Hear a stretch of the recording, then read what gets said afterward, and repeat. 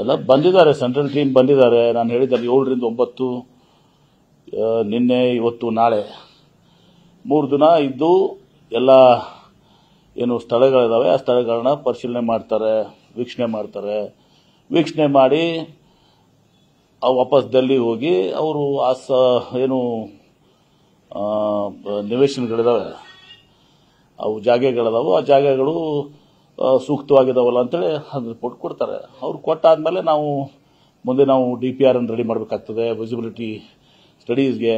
ಹಾಗೆ ಯಾವುದು ದೊಡ್ಡ ಕಂಪನೀಸ್, ಯಾರೇ ಜೋವರ್ ಏರ್ಪೋರ್ಟ್ ಮಾಡಿದ್ದಾರೆ, ಯಾರು ನವಿ ಮುಂಬೈ ಏರ್ಪೋರ್ಟ್ ಮಾಡಿದ್ದಾರೆ, ಇಂಥ ಅವ್ರನ್ನ ಎಕ್ಸ್ಪರ್ಟ್ಸ್ ಒಳಗೊಂಡು ನಾವು ಎಲ್ಲಿ ಏರ್ಪೋರ್ಟ್ ಆದರೆ ಸೂಕ್ತ ಆಗ್ತದೆ, ಪ್ಯಾಸೆಂಜರ್ ಲೋಡು, ಕಾರ್ಗೋ ಲೋಡು, ಇನ್ನೂ ಅನೇಕ ಮಾನದಂಡಗಳೆಲ್ಲ ಕೂಡಿ ಇವತ್ತೊಂದು ದಿವಸ ರಿಪೋರ್ಟ್ ಸಬ್ಮಿಟ್ ಮಾಡ್ತಾರೆ. ಅದಾದಮೇಲೆ ಮುಖ್ಯಮಂತ್ರಿಗಳು ಕ್ಯಾಬಿನೆಟ್ ಅಂತಿಮ ನಿರ್ಧಾರ ತೆಗೆದುಕೊಳ್ತೀವಿ.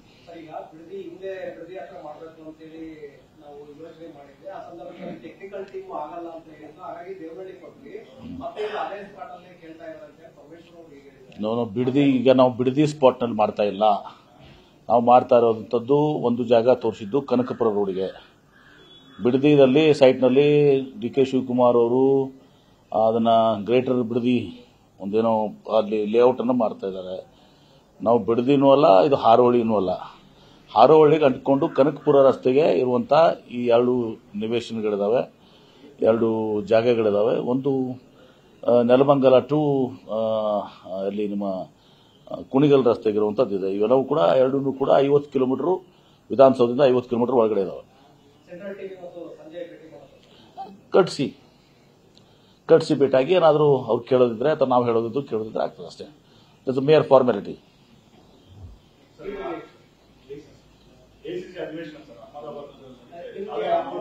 ನಾನು ಹೋಗ್ತಾ ಇದ್ದೀನಲ್ಲ, ಈಗ ಸಾಯಂಕಾಲ ಹೋಗ್ತಾ ಇದ್ದೀನಿ. ಇವತ್ತು CWC ಮೀಟಿಂಗ್ ಇತ್ತು, ನಾಳೆ AC ಸೆಷನ್ ಇದೆ. ಇವತ್ತು ರಾತ್ರಿ ನಾನು ಹೋಗ್ತಾ ಇದ್ದೀನಿ, ಬಹಳ ಜನ ಇವತ್ತು ಹೋಗ್ತಾ ಇದೀವಿ.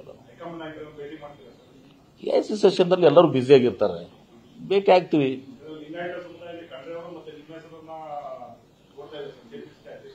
ಯಾವುದು ನೋಡಿ, ಅಂಥದ್ದು ಯಾವುದನ್ನು ಕೂಡ ಇವತ್ತು ಪ್ರಶ್ನೆ ಬಂದಿಲ್ಲ. ಸೂಕ್ತ ಸಂದರ್ಭದಲ್ಲಿ ಪಕ್ಷದ ಹೈಕಮಾಂಡು, ಸಿದ್ದರಾಮಯ್ಯನವರು ಎಲ್ಲರೂ ಕೂಡಿ ನಿರ್ಧಾರ ಮಾಡ್ತಾರೆ. ಈಗ ಯಾವುದು ಓಡೋದಿಲ್ಲ, ಯಾವುದು ನಿಂತಿಲ್ಲ.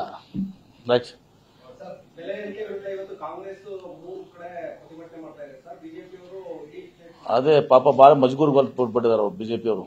ನಮ್ಮ ಮೊನ್ನೆನೇ ಹೇಳಿದಲ್ಲ, ಗ್ಯಾಸ್ಗೆ 1200, ಪೆಟ್ರೋಲ್ಗೆ 35, ಡೀಸೆಲ್ಗೆ 30 ರೂಪಾಯಿ, ಅಡಿಗೆ ಎಣ್ಣೆಗೆ 100 ರೂಪಾಯಿ, ಎಲ್ಲನೂ ಕೂಡ ಅಕ್ಷಯ ದಿನ ಟೈಮ್ನಲ್ಲಿ ಇವ್ರು ಮಾಡಿದ್ರು.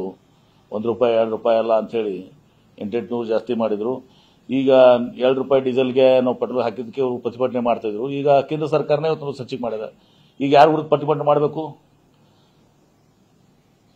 ಉದಾಹರಣೆ ಕೊಡ್ತಿದ್ರು, ಬೊಮ್ಮಾಯಿಯವರು ಉದಾಹರಣೆ ಕೊಡ್ತಿದ್ರು. ಬೊಮ್ಮಾಯಿಯವ್ರ ಟೈಮ್ನಲ್ಲಿ ಇದು ಆಗಿದ್ದು ಅಂತ ಹೇಳಿ ಉದಾಹರಣೆ ಕೊಡ್ತಾ ಇದ್ರು. ಅವರು ಎಲ್ಲ ಕಡೆ ಏರಿಸಿ ಬಹಳ ಇದು ಆದ್ಮೇಲೆ ಇಳಿಸಿದ್ರು, ಸ್ವಲ್ಪ ಜನರಿಗೆ ಸಮಾಧಾನ ಮಾಡ್ಲಿಕ್ಕೆ ಅಂತೇಳಿ. ಈಗ ಬಿಜೆಪಿಯವ್ರಿಗೆ ಹೇಳಿ, ಎಲ್ಲ ಅಶೋಕ್ ಅವರು, ವಿಜೇಂದ್ರ ಅವರು ಎಲ್ಲ ಹೋಗಿ ನರೇಂದ್ರ ಮೋದಿ ಅವ್ರ ಮುಂದೆ ಅಲ್ಲಿ ತಮ್ಮ ಪ್ರತಿಭಟನೆ ಮಾಡಿ.